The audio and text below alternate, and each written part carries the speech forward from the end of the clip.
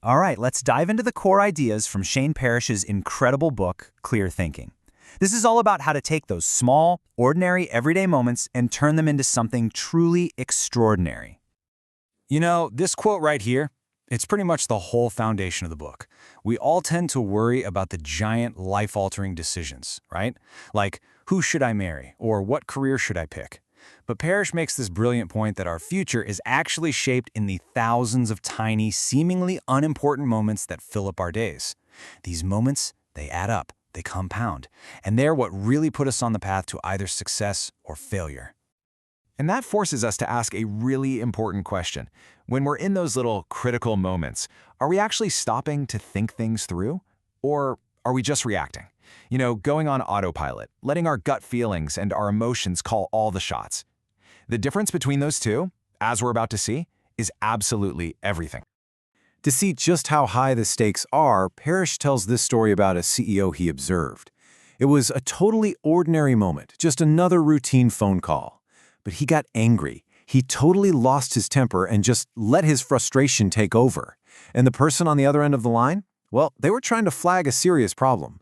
When they got met with all that fury, they went right over his head to the board. And wasn't long after that, the CEO was fired. Just one reactive moment, and a sea of otherwise ordinary ones, completely derailed his entire career. Okay, so what is it that makes us snap, like that CEO did? Parrish calls them the 4 hidden defaults. The best way to think about them is like your brain's factory settings, these ancient hardwired programs that are basically the invisible enemy of clear thinking. And here they are, the usual suspects. The emotion default, which makes us act based on how we feel in the moment. The ego default, which is all about protecting our self-image. The social default, which pushes us to just go along with the crowd. And the inertia default, which, just keeps us doing the same old thing. These things helped our ancestors survive out in the wild, but in our complex, modern world, they often end up hijacking our better judgment. Let's zoom in on one of these because it's a big one. The ego default. This is that deep, primal urge we all have to protect how we see ourselves.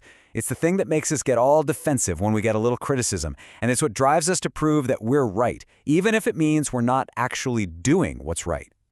In this chart, it lays out the battle perfectly. On one side, you have the path of appearing successful. That's all about chasing status, getting recognition, defending your image. And on the other side, you have the path of actually being successful. Focusing on what you know, developing skills, and always aiming for the best result. That ego default, it wants to trap us on the left side every single time. I mean, for a really dramatic, extreme example, you just have to look at Benedict Arnold. He was a gifted general, no doubt, but his ego was just bottomless. He was completely consumed by feeling slighted, always needing more status, more money, and that unchecked ego eventually drove him to betray his own country. It's just a brutal reminder of how a runaway ego can lead you to complete and total self-destruction. So, if we're wired with these powerful defaults, what are we supposed to do? Are we just stuck? Well, Parrish is really clear on this. Willpower is not going to cut it. You can't just wish away your own biology. What you have to do is systematically build up strengths that can act as a counterweight. And here are the tools for that job. Self-accountability, so you can own your actions. Self-knowledge, to really understand where you're weak. Self-control, to get a handle on your impulses. And self-confidence, so you have the courage to trust your own judgment. When you put these 4 together, they create this tiny but crucial space, a pause between something happening and you responding. And in that space, that's where clear thinking lives. Building these strengths really all comes down to a massive shift in your perspective. It's about deciding that the best possible outcome is more important than your need to protect your ego. It's about caring more about what's right than about who's right. But look, even with all the strength in the world, we're still human, right? We get tired, we get stressed out, we get hungry. And that's why, on top of building our inner strengths, we also need to build external systems, what Parrish calls safeguards, to protect us from ourselves when we're at our worst. You have to remember, our defaults are deeply, deeply ingrained. They're the superhighways in our brain, the path of least resistance. Trying to fight them head-on with pure willpower every single time is just exhausting, and eventually it's a battle you're gonna lose. The real trick is to make the path you want to take the easy path.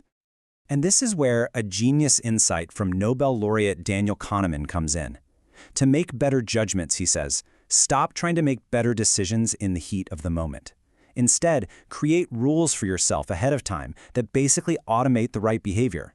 So this gives you a whole toolkit of practical things you can actually use. You can make automatic rules for yourself, like I never agree to a big request on the phone. You can create friction, like say deleting the social media apps off your phone to make it harder to mindlessly scroll. You can install guardrails, pre-plan checklists for when you know you're going to be under pressure. Or you can practice just shifting your frame and trying to see a problem from a completely different point of view.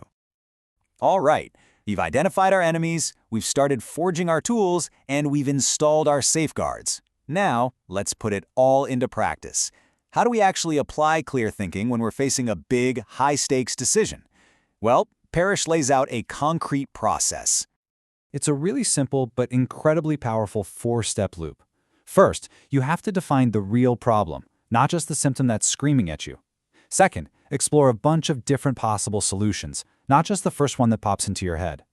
Third, you evaluate those options against criteria you've already set. And finally, you execute your decision and, this is key, you evaluate how it went. This is what turns a simple choice into a well-reasoned decision. This story about Andrew Carnegie is just a perfect illustration of why evaluating your options is so important. He was faced with a train wreck that was blocking the main railway line. The obvious safe solution was to just slowly clear the wreckage. But Carnegie looked at the second-order consequences. He saw the massive cost of shutting down the entire rail system for days. So he made a radical call: burn the cars, just get them off the tracks. And it was absolutely the right decision because he evaluated the true cost of each option, not just the obvious one. And that brings us to the final, and honestly, the most profound idea in this entire book. Why do all this work, right? Why bother fighting our defaults and building all these systems? It's not just about being more productive or getting a promotion. It's about something much, much deeper. Making sure you're winning the right game.